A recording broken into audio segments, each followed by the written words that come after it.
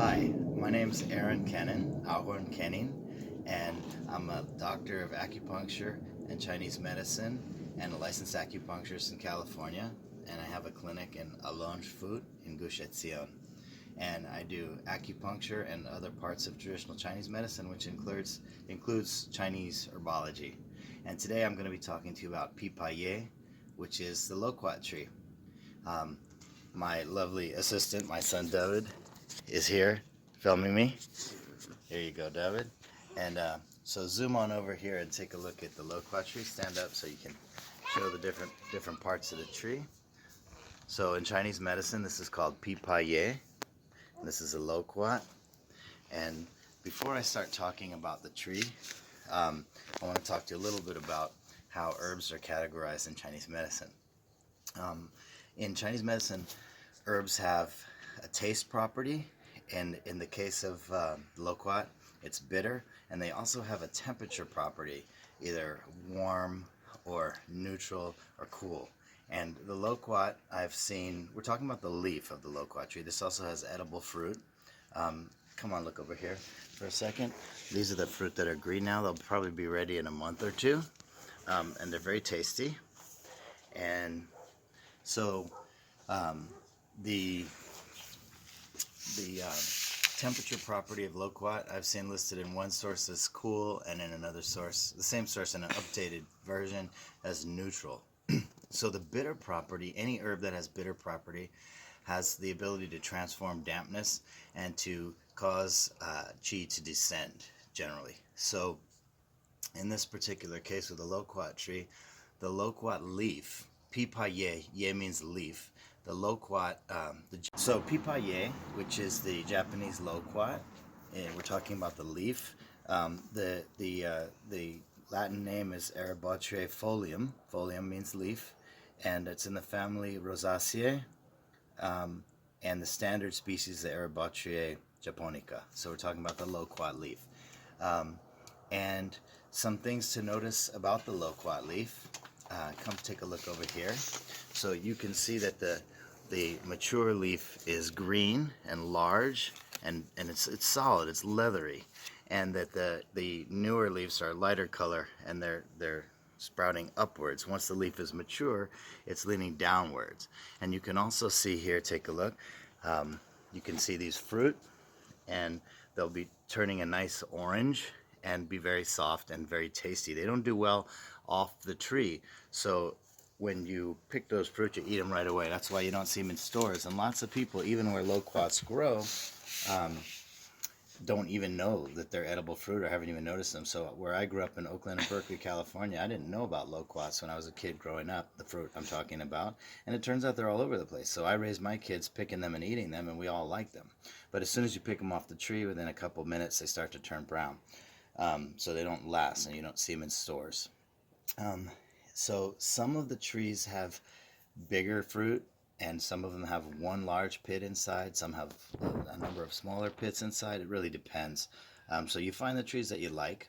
I believe the leaves are useful on all of them for medicine. So let's take a look back at the leaf. If you look down at the ground there, David, you'll see dry brown leaves on the ground. They turn yellow first and then brown. And then here, these are nice green leaves. So the solid green leaves are considered to be higher quality, although in Chinese medicine, they're mostly dried before they're used anyway. And that has to do with picking and processing and packaging and warehousing and shipping. But they are usable when they're green as well. And what these are primarily used for, because they're bitter and they have a qi descending property, and also in Chinese medicine, there are different organ channels, the meridian channels in the body you may be familiar with, you may not be. We use organ names, but we're not specifically talking about the organ in the same Western anatomical sense. So each organ has what would be called, say, a qi, an energy, like the lung qi. And each organ has a function and a direction in terms of the Chinese concept of the organ. So the qi of the lung is supposed to descend and spread out, and when it's rebellious, you get coughing. The stomach qi is supposed to descend, and when it's rebellious, you get nausea, or when it's more rebellious, you get vomiting. So rebellious qi means qi counterflow, qi going in the opposite direction for what's correct for that system. And so this particular leaf has the property of causing qi to descend in the channels that it's associated with, which are the lung and the stomach channel. So this particular plant is very good for certain types of cough, and it's good for nausea and vomiting. And because of what's going on right now with corona, I'm going to focus on the aspects with cough, because this is a very good herb for dealing with cough. Also in Chinese medicine, herbs are rarely used as single herbs, although they can be. They're usually combined with other herbs in specific pairs or in groupings that make up herbal formulas. And an herbal formula is used for different presentations of different conditions. So this leaf, come take a look back over here, David, at the leaves again. If you look close, you can see they're fuzzy. And so when you prepare this leaf, I'm going to break one off here. When you prepare the leaf, can you see there? You have to remove the fuzz. If you remove if the fuzz is can be damaging to your digestive tract. So to prepare the leaf, the fuzz has to be removed. And can you zoom in close here? You can see that's the fuzz has been removed here, and here it's fuzzy. The underside has fuzz. The top side does not have fuzz. This is a very easy plant to identify. The only trees that I've seen that the leaves can be confusing, some magnolias. There's different types of magnolia, and I haven't seen magnolia in Gush Etzion. Maybe I have in Tel Aviv. So if you didn't know well, and if there were no fruits on the tree, it might be possible to confuse this with magnolia, but magnolia leaves, most types of magnolia are smooth on both sides. They don't have the fuzz. Now, if you want to use this plant as an herb, you got to remove the fuzz, or it can be packed in a muslin sack before it's boiled. Most Chinese herbs are used by boiling them. So this pipaye can help to dissolve lung phlegm, and it can help to descend it. And it's used for coughs, whether hot, dry coughs, like the type we're hearing about with corona, or, so take a look back at me here for a second. A dry cough, we assume there's no phlegm, but it seems to be, from a Chinese perspective, that the cough that's associated with corona isn't really that it's completely dry. We know there's pneumonia, the lungs get filled with fluid, but there's a type of dry, sticky phlegm that actually blocks it.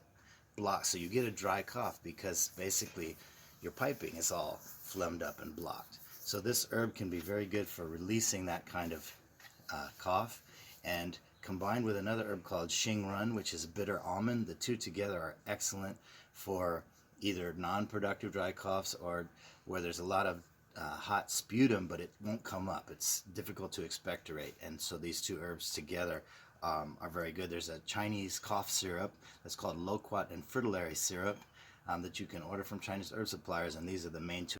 So I walked away from the tree where I was filming before, and just walking around the neighborhood, here is another one. This one's a couple stories high. It's like, I guess, a 3-story building, and this tree reaches all the way to the top. So just to give you an idea of how big a loquat tree can get. And you see that, I don't know if you can tell, but the fruits on this tree are much bigger than the other one. And the leaves are somewhat longer also. Here's an answer to the question about the fuzz removal. If you take a look close here, here is the herb, here is the plant, the pipaye leaf. This is the bottom, this is the top. The top is shiny and kind of leathery, and the bottom is lighter green. Now, here I'm just taking a bandana, and I'm rubbing. You're going to be out of focus for a minute here while I do it, because I can't do this and hold it. Alright, so now if you look closely, this is where there's still fuzz, and this is where I've rubbed off the fuzz. So boiling doesn't remove the fuzz. You have to remove the fuzz before you boil it. And if you don't remove the fuzz before you boil it, then you need to put it in a bag before you boil it, so that you don't get the fuzz in your decoction and swallow it.